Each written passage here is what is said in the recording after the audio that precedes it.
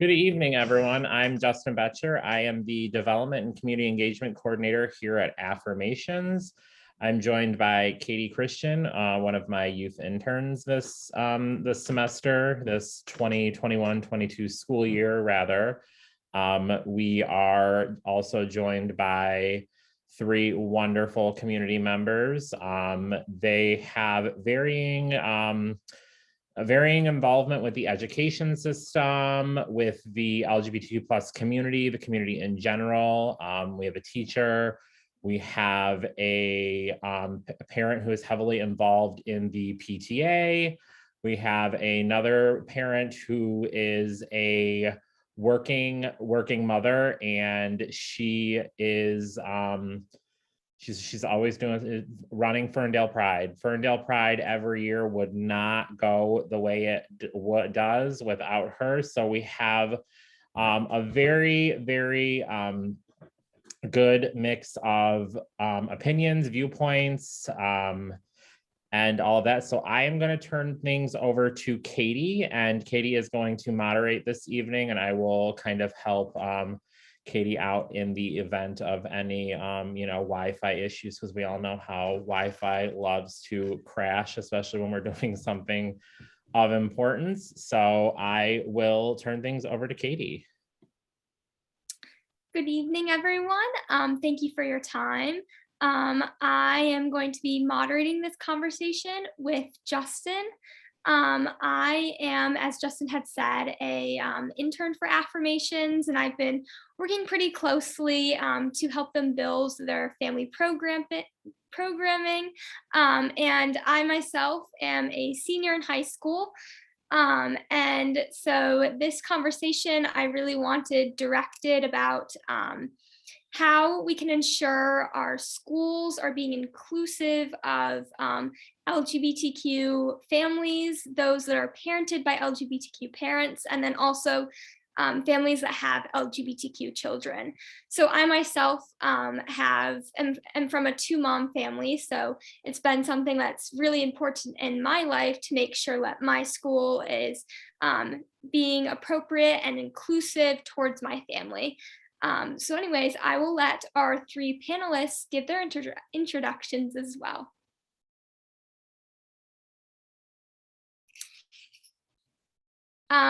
Julia, do you want to start? Sure. Hi, my name is Julia Music. I run the Ferndale Pride Festival. I am a mom to one child who's in middle school, and then I also was a teacher up until last year, so almost 19 years, mostly middle school classrooms. Jennifer. Good evening, everyone. My name is Jennifer Johnson. I have 2 children. I have a middle school, elementary school, and a high schooler. My space, I'm serve on the board of directors for Affirmations, and I'm a DEI consultant. And for me, it's very important that we have inclusive and safe spaces for all individuals, but in particular LGBTQ community, because there's so much strife that's placed against them, so much stress. And I wish to make sure that those spaces are provided. My teen is in the LGBTQ community, and since becoming affiliated with Affirmations, she's become much more confident, much more secure in herself. And her dad and I can't be more proud and supportive of her and everything that Affirmations does. And thank you so much for welcoming me into this conversation. Thank you, Jennifer. Karen? Hi, I'm Karen Christian. I have been an early childhood teacher for 24 years. I've taught preschool, kindergarten, developmental kindergarten, first grade, second grade. Have absolutely loved my career. I'm also the mother of our lovely moderator, Katie, my only child, and have worked with schools in that capacity for the past 13 years. She's a senior. And I'm a member of the LGBTQ community. So I also have that connection.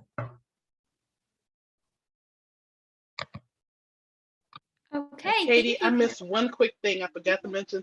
I- Go ahead. As your mom was speaking, I used to teach too. That was many years ago. I used to be a preschool teacher, and my husband is a school teacher. I'm like, I forgot about that, but sorry. Thank you. So anyways, we're gonna get started with the discussion.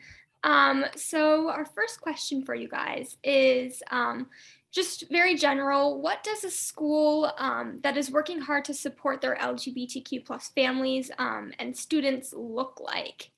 What does that look like in their environment? So whoever wants to get us started. One of the things that I feel really sets off the tone correctly is having forms have open gender forms, like basically parent 1, parent 2, or parent guardian 1, 2. Also making sure that, I'm sorry, everybody else is frozen. Am I frozen? I think I I think think that's we might be unfrozen now. I think Okay. just- Okay, so that was one thing I've noticed that a lot of schools are lacking, is just making sure that from the day that parents start filling out forms, it's not just like mom, dad. That kind of stuff seems to just have not really changed over very quickly. And it's one easy way to make lots of families feel included, not just LGBT, but a lot of us. I couldn't agree more, Julia, that there should be forums that are open, and also programming as well that's more inclusive. I know when my daughter was in elementary school, they used to have, oh goodness, what was it? Donuts with dad and something with mom, muffins with mom. But now they have donuts with grown-ups. You know, it's like something that's much more inclusive. I know another avenue that we had at my daughter's school, well, before she entered high school, was they started a GSA. The students started a GSA. Some of the staff was a little nervous, a little apprehensive, but they supported them. And then after it began, the funny thing is the staff was like, why didn't we do this years ago? Oh my goodness, this is fantastic. The kids are, you know, they said they've never seen them be more kind and more open. And so they were just ecstatic with it. And it was like, okay, we tried to tell you guys, but thank you. And they still have it going on now. When I was looking at schools for my own child, I wanted to know that the school had an inclusive policy for their staff. I wanted to know that she had a chance, even though LGBTQ people are a minority, that she had a chance to have a teacher who might be in that community, and that the school was going to be supportive of their staff. I think it's a lot of parents are going to go to different schools to check it out. You might look at your neighborhood school, but you might also shop around and see if there's another school nearby that would be good for your family. And it doesn't take much to add a teeny tiny little rainbow sticker right by the door where you come in, you know, where the school logo is or something. I mean, it just immediately says, oh yeah, this is going to be okay. This is going to be the kind of place where my child, my family is going to be supported. I know what I love is that the administrator at my son's school, he wears a lanyard, a rainbow lanyard. And that's, to me, is just, that's everything.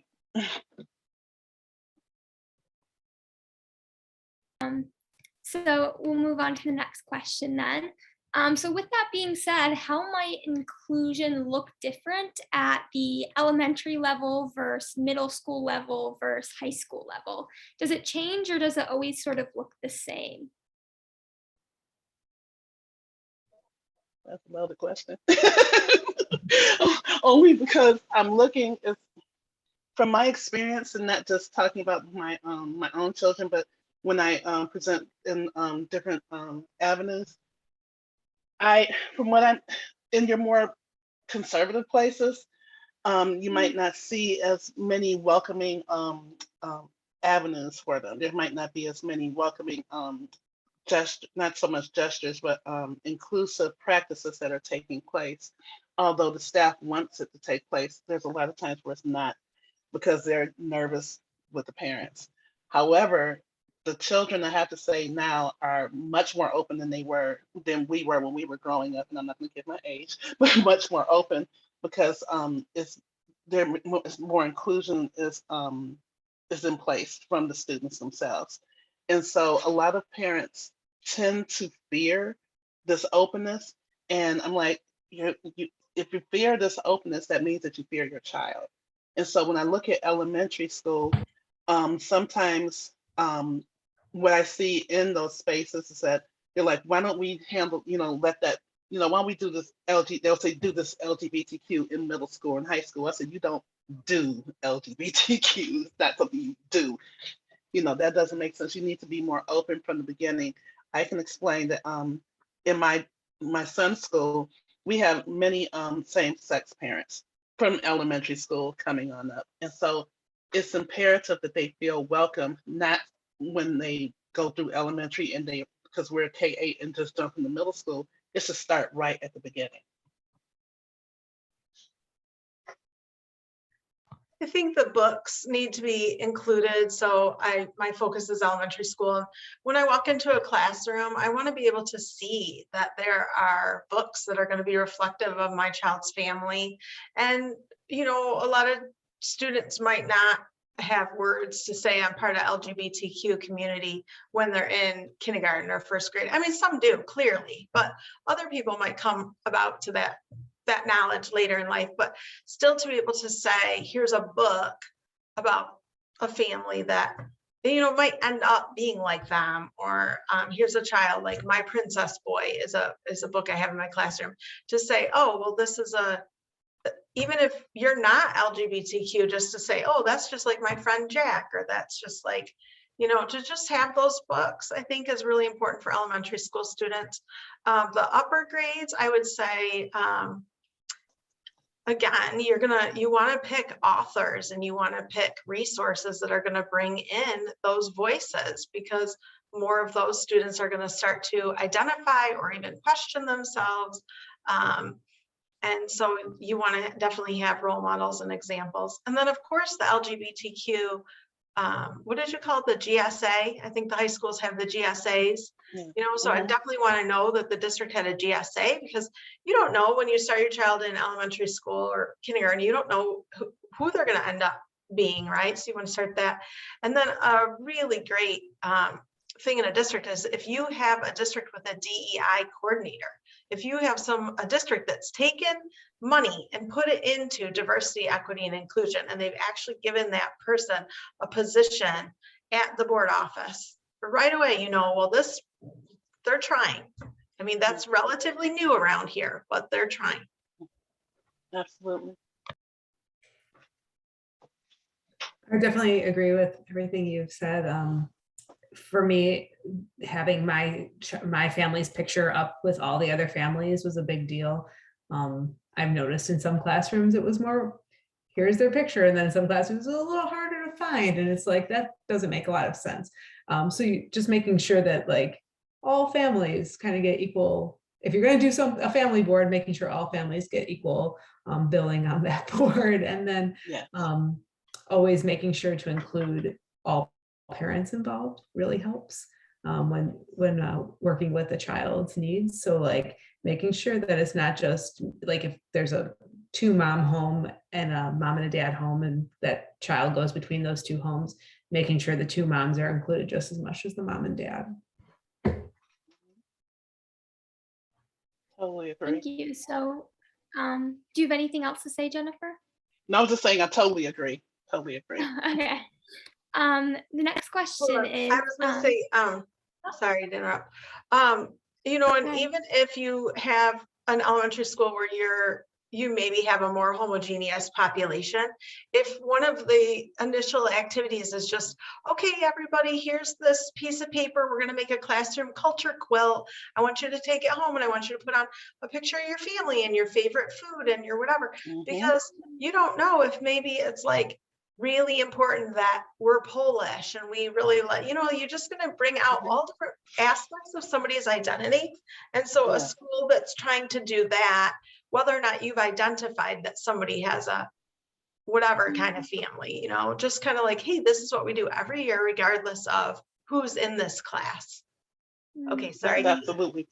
That is absolutely, you're right on. It's like, I need to have you come into the workshops and do them with me, because that's exactly what I explained to clients, that even if you're in a homogenous type of setting, that DEI can happen within your setting.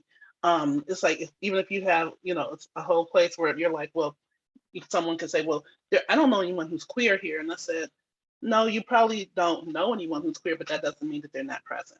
So my thing is, I said, you should still have, opening an inclusive environment, open inclusive space for these individuals, and make sure that when we're speaking about persons in the LGBTQ community, that we make sure that all of them are accepted. We're not talking about just two moms, two dads. We're talking about trans community also. Make sure that they are fully accepted, and that we're not sitting here and have a certain because there's some individuals say I can handle two moms or two dads, but trans I can't. I said then you're not inclusive with the LGBTQ. We have to work towards that. And for some communities, in some schools, it's going to be work. It's like, it's not going to be easy. It's going to be work. And yes, it's going to be uncomfortable, but guess what? That's where you thrive, is when you're uncomfortable. That's where the learning comes about. That's when the all of this takes place, when you're opening yourself to become vulnerable, to admit, guess what? I have these biases that are not working, and I need to try to work through it. And it's work. And it's like, and having the schools try to work towards that will make it so much easier for our students and for our staff too. We have staff members who are LGBTQ who some of them are closeted at school, but they're not closeted in their social life. They shouldn't have to be closeted at work. There's no way that should be taking place. And it's like, if it's going to be inclusive, it needs to be inclusive for the staff members as well. And I'm going to stop my tangent. Thank you so much. Great insight, all of you. Absolutely Mhm. wonderful. We will go to the next question then. So what types of questions should a parent be asking to make sure their school is really supporting both their child and them as the parents? What types of questions should they be asking? I think what Jennifer said about supporting staff is critical. As we've seen, I've been in education for 24 years. As we've seen America as a whole, the needle moving towards more acceptance of the gay and lesbian community, marriage equality. Oh yes, I think my neighbors should be allowed to get married, or my fifth cousin on my mom's side, or whatever it is. One of the places the needle's not moving is educators. We continue to want straight educators. We do not want trans educators. We would like cisgender straight educators. And to have a school say, we are accepting, it is in our contract that we have, because our state does not have a protected class, so it has to be in the local contract. And you have to be able to say, so when you go to the school, you might want to say, is your staff protected? Is that in the contract? You might want to say, how will the school handle it when some other parent complains about my child's All About Me poster? How's that going to be handled? What are the resources to teach the family unit? Can I see your resources? Could we add books that would be more inclusive of our family? Those kind of questions. And like Jen said earlier, the daddy-daughter dance, the donuts with dads, the muffins with moms, is the PTA will have people who come up with those ideas, and that's fine. Will there be somebody to say, donuts with dads and muffins with moms sounds great. We're going to have pastries for parents or whatever, with donuts for grown-ups is even more inclusive. So just have somebody say, that's a great idea. We're going to make it like this. Yeah, 100% agree. So I would think that my experience being a little bit different with the school district that my child goes to and the school district I worked in, I'm very visibly out person because of my role in Ferndale. And if a parent went to my principal with those exact questions, the answers would all be super positive. But if the parent came to me and said, hey, what's your experience here? I think my answers would have been very different. And like, hey, I can watch out for your kid, and like, we can make that connection and make sure your kid knows that they have a queer teacher on staff, and we can hedge our bets of who all the other queer teachers that they can get are. And then we can make sure they have all the allied teachers, and we can play it that way. But for me, it might not be that way. So also, if you can find that out teacher, having a conversation with them, because our staff handbook said that we had protections, but when it came down to it, it wasn't like that. However, in my son's school, it was very easy to see, not just by the makeup of the teachers and the things on doors and things like that, but also by the way the teachers spoke about the GSA in general. So I'm not just asking those questions of administrators, but also trying to find the staff to ask it to as well, I think is helpful. And then especially like middle school, high school, finding some kids to ask, because kids will tell you the truth 100% of the time. So if you Whether can you wanna find hear it or not. another kid who went to school there and said, like, I asked my son today, I said, how's the bullying for gay kids at your school? He's like, gay kids don't get bullied. Now, I'm not saying there's no bullying, because he himself has been bullied for other things, but he's like, nope, that's not a thing that people bully over at our school. And I was like, okay, that's good to hear. Good to hear. Very good. I know I was encouraged when they announced I don't know if I think it's the state teacher of the year.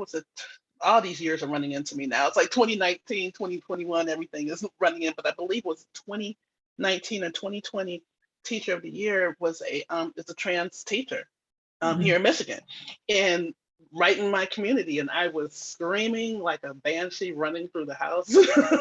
I was so excited, and openly trans. I was in the neighboring district and next to mine, and I was so encouraged. I was like, yes, yes, and it was so important, and it was so welcoming, because what it was is they were acknowledged for their teaching ability and for their skill, but the fact that they were they said, well, I'm trans, and it was just, and it showed, guess what, it doesn't, for that criteria, for that, it didn't matter what their if they were cisgender, or if they were trans, if they were LGBT, it didn't matter.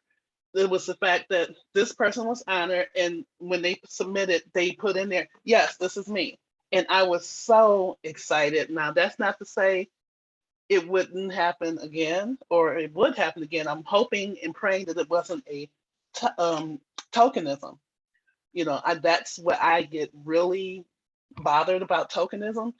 And that's why I said, okay, this person, they're a fantastic teacher. I do not want this to be the only time someone in the LGBTQ community is acknowledged in this type of space. Because if it is, then for me, it shows tokenism and performative, it shows performance. Then I don't like that.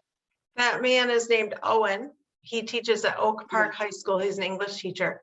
Yes. And that award, and he was Teacher of the Year. It was from MEA, which is the Teachers Union, Michigan Education Association.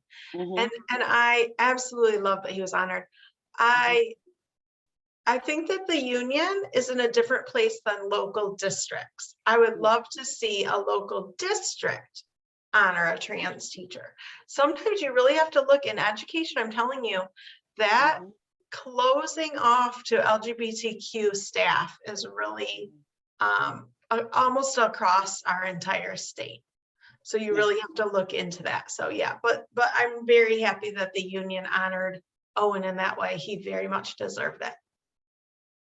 And I know that we're needing to talk about students, and the reason why we're talking about educators, because our students can be what they can see. It's like they want to be what they can see, and that they see someone who is like them in front of them, they're like, I can do this. I can teach, or I can be I don't know, whatever it is that they wish to be. But when you have only straight individuals who are teaching, and you have this multicultural avenue of children who have different ethnicities, different races, different gender identities, and different and you see it at this level with the kids, but it's not with the teachers. That's a strict divide. That doesn't, it's like how are we teaching that this is what they can be when they're not seeing what they can what they can teach, when everyone doesn't, when there's no one there who looks like me, when there's no one there who has a family like Katie or Karen's, or no one who's there who has a family like Julie or mine. It's like there's so many, nuances in there where it's like, okay, what are we really doing? Now, so I'm gonna throw on the moderator hat and help Katie out. So who do you talk to at your school or a prospective school to make sure that your family, your child is being supported? And like, who do you talk to, whether that be a teacher, administration, your kids' friends? Who do you talk to kind of get those questions answered to make sure that your family and your student is supported?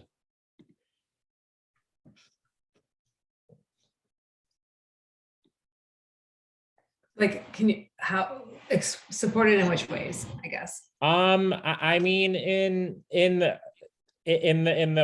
the sense of like, being treated equally and, equitable and, in the same ways that their cis hetero counterparts and those families are being treated, and maybe it might not even be necessarily who do you talk to, like what, it could even be like what types of, I don't want to say warning signs, but what can you look for to make sure that these families, are getting the same treatment as well? I know earlier you had mentioned, Julia, about like, if you're going to do like a family board in the classroom, make sure that all of the families are getting, like that equal representation.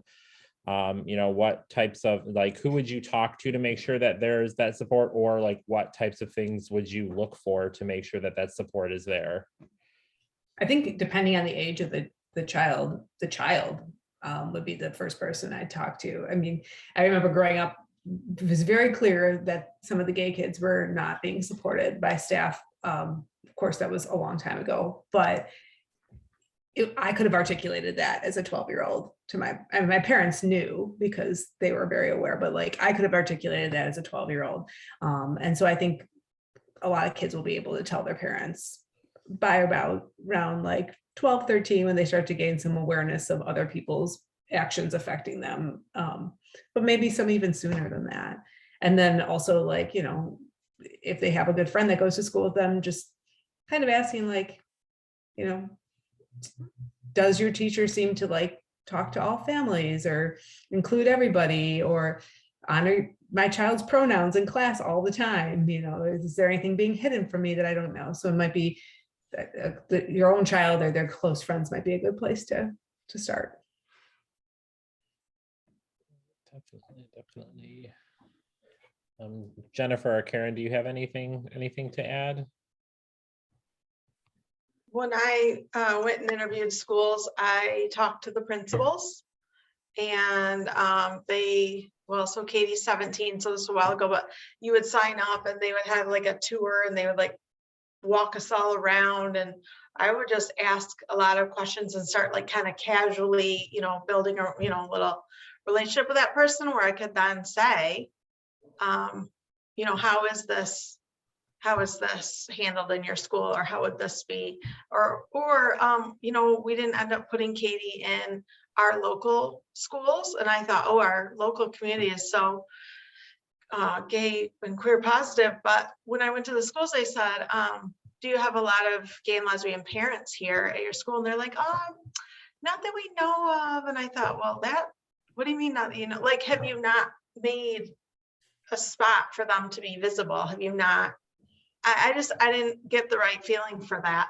So truthfully, I met other queer parents at affirmations. I was pregnant with Katie and waddled in there and just sat down, and it was the old affirmations building. And I just sat down in the middle of that parent and me group and started talking to other people, asking questions. Now we all had kids around the same time. There were like 4 of us, and we all just chose the same elementary school. One family I think lived in that community. The rest of us just chose it, and we were like, okay, stick them in there. And they had a wonderful experience. It's actually the same school Jen's kids go to.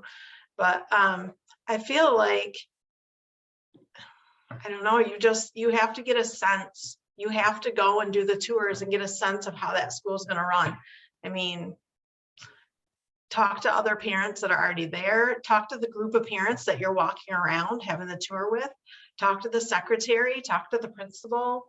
I mean, you'll get the sense that people are uncomfortable that if you have a queer child and they're not able to like act, they just seem nervous about it. Or if you're a queer family, queer parents, and they're kind of, I don't know. I mean, that's maybe not the right place. Definitely. I will ask the next one, and then I will. I'm about to say, I put myself on mute. Sorry. Oh, Yeah, you're- Jennifer, do you have anything else to say? I didn't realize I was on mute. For like my children's schools, they have two different, well, I have two children, two different schools, and it's very open now. It wasn't something that we were asking before, and what I encourage parents to do is to ask the questions. You don't have to have your child, go to their neighborhood school. You can ask the questions to see where they will feel most comfortable. And if you are in a situation in which your child, needs to go to the neighborhood school, put the onus on them. Put the onus on the school. Like, you need to find a way to have my child to feel more welcome and more inclusive, and I'm going to help you to be able to do that. And so, you try to provide, it's like, it's not saying that we have to do this, but it's like, no, our children are afforded in free and equal opportunity to have education. And in doing so, that doesn't mean that we're sitting there and saying, well, we'll accept these children, but we'll do it in it's like we'll do it quietly. No, it needs to be open. Do you see, when you're taking that tour, as Karen and Julia were saying, when you're taking that tour, do you see, like a sign, a rainbow sign? Do you see a flag? Do you see anything that will give you the inkling that there will be inclusion? Consequently, when you're walking through, do you see anything there that will make you feel more cautious about being there, where you don't feel like you will be accepted, you don't feel like you will be welcome there? Pay attention to both. It's like, even if you don't see anything, if there's something that makes you feel uncomfortable, take note of that, and and bring that up and say, what does this, what does this mean? And you might already know what it means, but ask them, what does this mean? I'm looking at this, what does this mean? And have them answer your question. Yeah. So that you kind of touched on the next questions a little bit. I'm going to kind of combine them. So what are signs that a school or a school district is not working, not putting in the work to support the LGBTQ community? And what can you as parents do to, to make sure that these schools, these districts are putting in the work to be more inclusive to the LGBTQ plus community?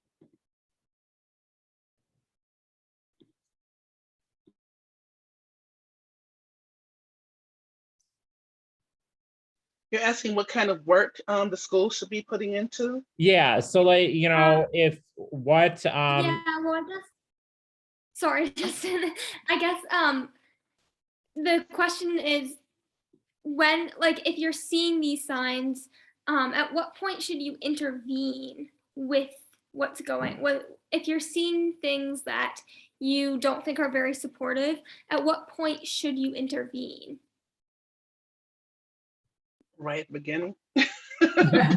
Right when you see something that's not right, that's when intervention should take place. I absolutely wouldn't wait to see if it gets better. Some folks are like, well, let's see if it gets better. No, if you see something that's not right then, you see something, you say something. How many times have we been hearing that over the course of years, especially within the course of the past week? If you see something that's off, say something immediately, and make, put it on the school to answer your questions. And if they can't, then guess what? It's like you have to keep pushing and try. And it's like, and that doesn't say that if they can't do it or they won't do it, that you have to leave, because guess what? That situation will still be present at that school, and whatever other child is there will look at, who's in the LGBTQ community will say, well, maybe I need to be quiet. I can't say anything. I don't feel welcome. No, keep speaking out. This is, grab resources, grab affirmations. We have enough advocates there like me, like just like everybody here who will gladly go and advocate for the right for your child or for you to attend the school and feel comfortable and feel relaxed in who you are. I used to see that the teacher had her family unit or whatever coming up, or just as soon as that newsletter would come out, I'd go, oh, okay, yeah. Hey, I've got some books I'd like to drop off at your classroom that could be more, just, or Father's Day. I thought, okay, Father's Day is coming. I'm going to reach out to the teacher and let them know this is what's going to work for us. I don't want you to think, oh, well, she doesn't have a dad, so we could hold on. We'll let you know how we do it, but I didn't want somebody to also feel uncomfortable and say, oh, well, I don't know. I don't want to contact them. As a parent, you just go ahead and reach right out, let them know this is a solution that's going to work for me and my child. This is what we want to do. Also be that person that goes to the PTA meeting and be listening and be saying, even if it doesn't impact your child, be there listening and saying, well, I don't know, how would that feel if you were, just trying to constantly make it more inclusive. And then when I'm looking at a school too, I'm also looking for people of color. We know that the teaching staff in the US is like 80% white female women. And it's fine. It's just, if you see that if you go to see a school and you're saying, oh, wow, there's teachers here that are people of color, this is going to be a more inclusive environment. I totally agree. I'm sorry, Julia, I probably was jumping into what you were going to say. No, actually, you weren't. I was just thinking, it's kind of thinking about some of the situations I've had in the past, but I think you both covered the answers to that well. Not totally, like I said, what Karen and Julia share. You're right. It's like we need to have more, children see who they are in our teaching staff. When I think about especially Black male teachers, I think it was in 2001. I think the data was 2% of teachers were Black males, and right now it was 1%. Then now we're at 2%. So we're like, that's a large amount of time to only grow by 1%. And so and then when you think about it, there are a lot of teachers who are white women. And then if you're saying they're white women, how many of them are LGBTQ of that? And then the percentage, the 20% who are not white women, who are they? Are they people of color? And then if you're looking at it also, is there a large swath who are women and we don't have any men? So there's so many nuances that come in and out. This like, you can have this one little segment, you can take that and you can just branch it all the way out and say, okay, you might think you're inclusive, but you're not. And then look at the board office of the district you want to go to. Is that all men? And are most of the teachers you just met women? And are there, are there people of color there at the board office or sitting at the table making decisions? I just think those are all things to really look into. Yes, I didn't mean to have my face show all my expression there. So I'm like, yes, all of that. And I'm here for everything you're saying. Yes. So you guys had sort of mentioned this, I think, earlier, but could you speak a little bit on going to a district school versus being a school of choice or private school? Is it different depending on that? And also, if you're finding that your home district isn't supportive, would it be appropriate to change schools or something like that? What are your opinions on different schools in terms of the type of school? Teachers can definitely see who's school of choice. It's coded in the systems for most of the grading systems. I think it's completely, my child does not go to school in my district, and that is not because of LGBTQ issues, but I think especially with the flexibility we have now with school of choice, you need to pick the best school for your child, no matter where that be. And I definitely for my decision it was a little bit hard because of my leadership role in my community, but when it comes to my kid, I really just, nothing's more important. So we went outside of our district. It does happen to be, I think, a little bit better place for LGBT parents in the district he's in right now, but that was just a bonus to other things that were kind of my red flags. So Same with mine. My children are schools of choice also. And we made that decision based upon the number of factors we're looking at where they can receive the best education that they can have. Not saying that our home district isn't good, but we wanted to have a selection of choices for them. I took a tour of each school in the district that that my children attend, and chose the school that I wanted them to attend. And thankfully they were, accepted there. And for like Julia, for me it was trying to choose something that will help them to it had to do with being, a person of color. At that time when my daughter started at the school at the elementary school, there were several teachers of color there. And unfortunately, within 1 year, there were none. Within 1 year of her being there were none. And I'm like, and that was an interesting situation that had nothing really too much to do with central administration. It was something completely different. But we went from having, I want to say there were 3 or 4 teachers of color to within 1 year, there were none. And it was like that for quite a while. And then one more came back in. But within the past, there's a lot of intentionality that's taking place now. I can absolutely say that now. There's intentionality that's taking place, not only in my son's school, but in different schools. I know it started with us having a GSA. And once there was a GSA in place, they had students who were identified LGBTQ and kids who were straight. And it was just this beautiful melding. And I was like, oh my goodness, I wish I was 13 again, because I would love to be in that group, but I'm just a little tad too bit old to be in there. So, but they're like, you're a little old, Miss Johnson. I'm like, fine. But from there, it branched out into having, they have a group for students who are Black. So they can talk about their perspectives and how it is to be, in this space. And this, when I say space, not so much in the space of their school, but in the space in our society right now of everything that's taking place. And so it's once you start one, put one little nugget in there and you have that opening up, it helps to bring out, other people say, well, I want to do this. It's like, can we be more open with this? Is this okay? Is this okay? It's like, I'm feeling this way.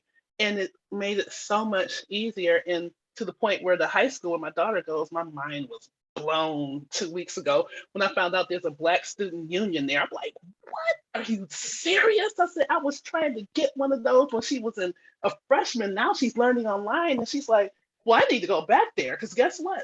There's a Black student union there. There's one there. And it's little things like that, because kids notice, parents notice.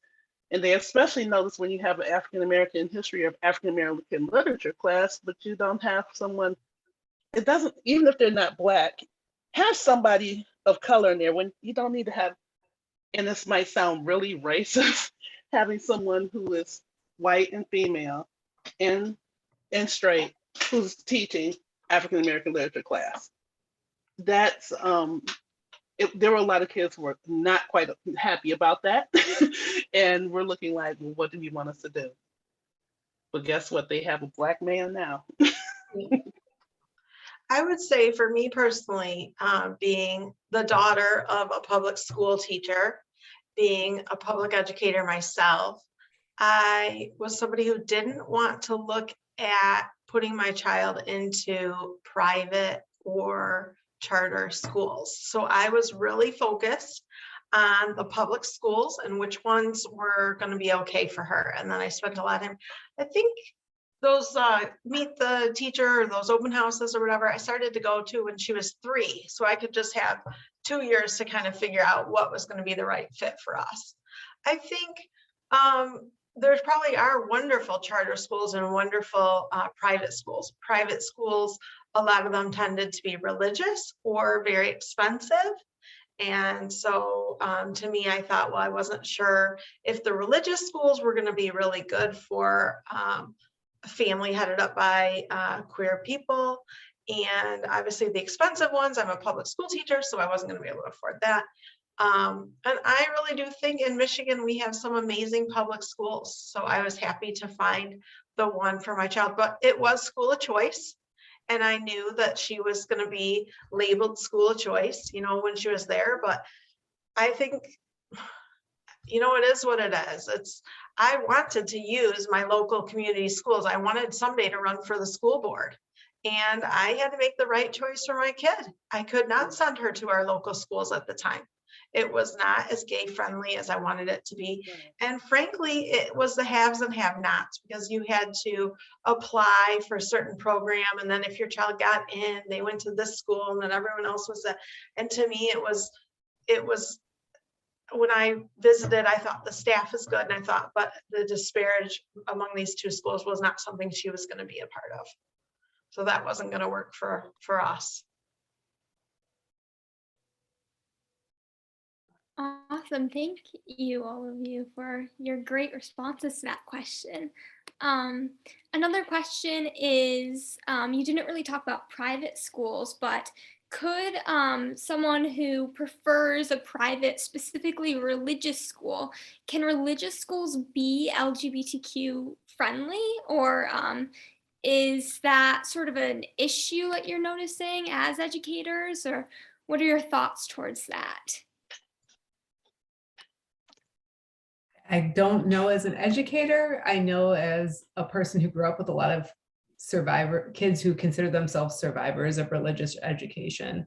And I know that they did not have great experiences. However, who are LGBT, I should say that they grew up in very religious schools and they were queer and there was no way they could be in the closet. And it was very hard for them as adults to deal with and process what happened to them as kids.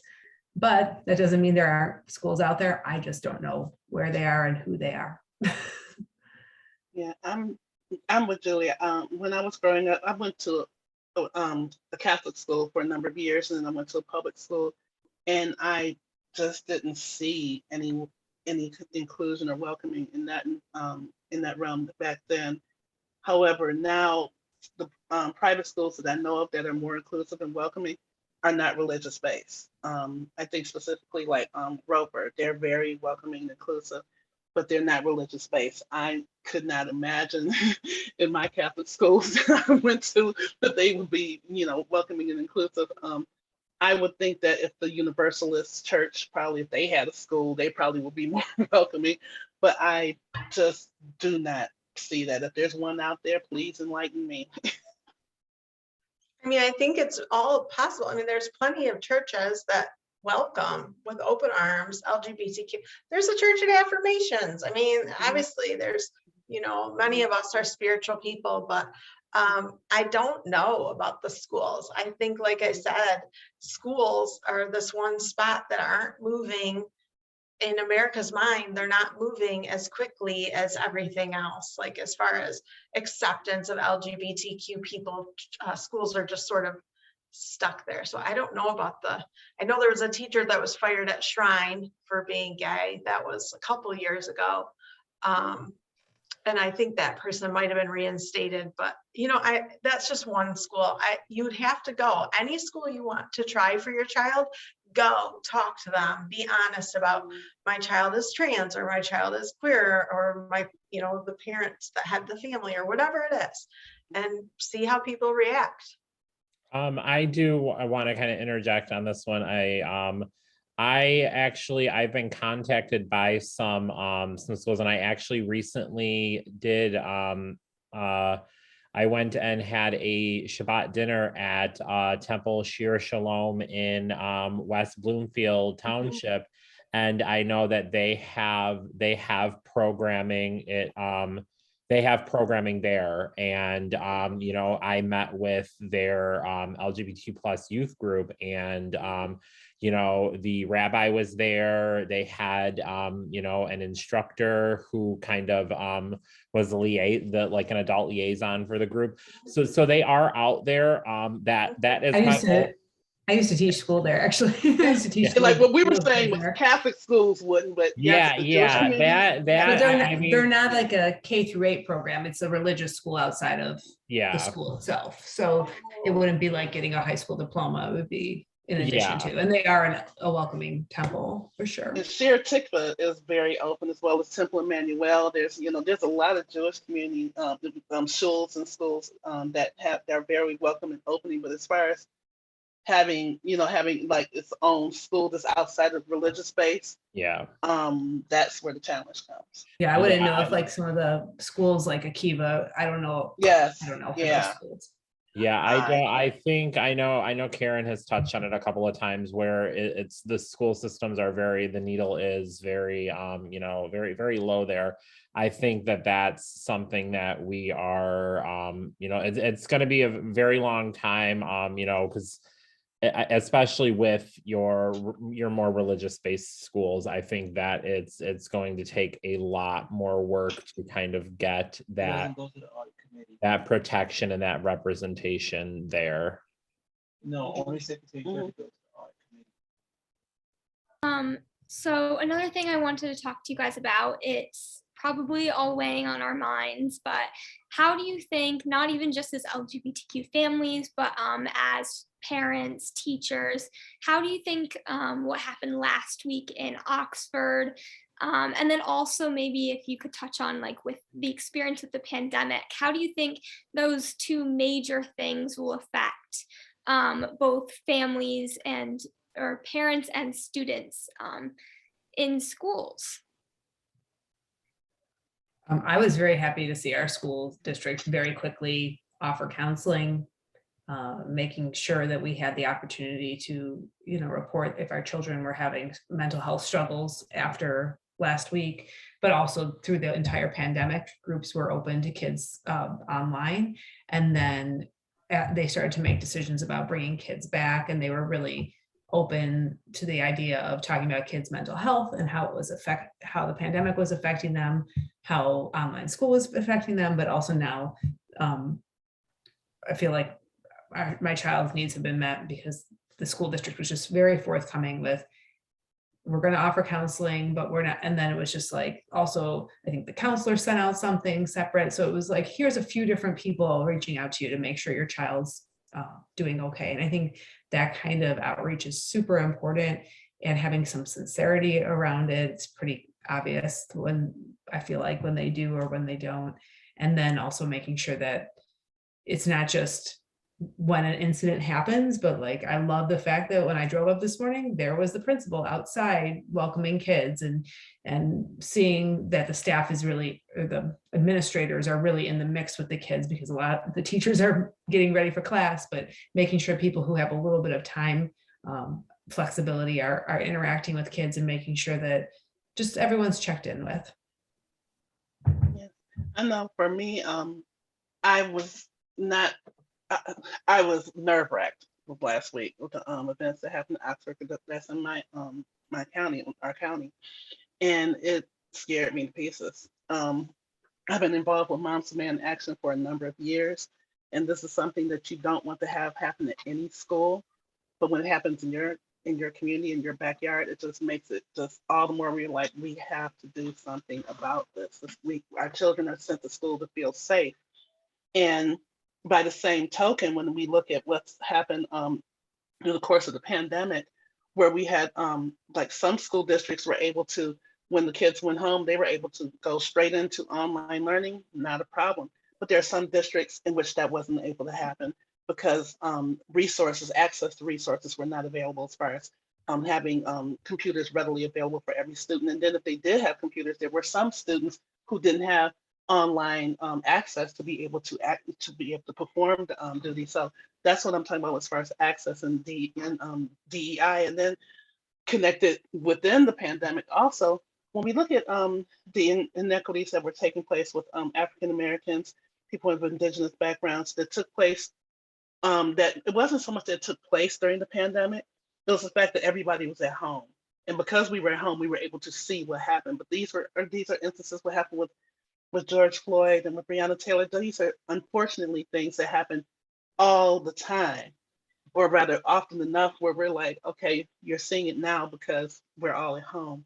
And what hurts me is that I would like for our society to become more proactive than reactive. We shouldn't have to let something happen for us to do something. We've known for years about the safety, the probability of a school shooting happening in our state. We know what laws we have. We know what laws we don't have. And we also know that the need for mental health is greatly needed here. But the thing is, what's happening, when we look at mental health and you look at gun shootings, there's not always that correlation. A lot of people always correlate mental health with gun safety. And when we do that, we make it so individuals who have mental health or mental illness, they're stigmatized and always viewed as being, okay, you have a mental illness, so you're going to more than likely go and, cause harm to someone. And that's not always the case. That's really not always the case. And we need to eliminate some of those stigmas. And I know I kind of touched into the different touchstones and what have you, but that all kind of comes together when it comes to inclusion, it comes to diversity, it comes to equity. All of that comes together because we need to figure this out. One thing, working in Oakland County schools, and like I said, I've taught for a long time, I've seen us go from those punishment, punitive kind of stuff, those kind of ways of dealing with behavior to restorative practice. And I love that shift. And I love the idea that we're starting to say, rather than say, oh, you're suspended or we're done with you, to say, okay, this is what happened. This is how people felt. This is how we see it. What can we do next? We're all part of this community. We all need to feel like we belong. We all need to feel connected. We all are connected. So I think that's a really positive thing that's relatively new. I realize it did not stop what happened, the tragedy in Oxford.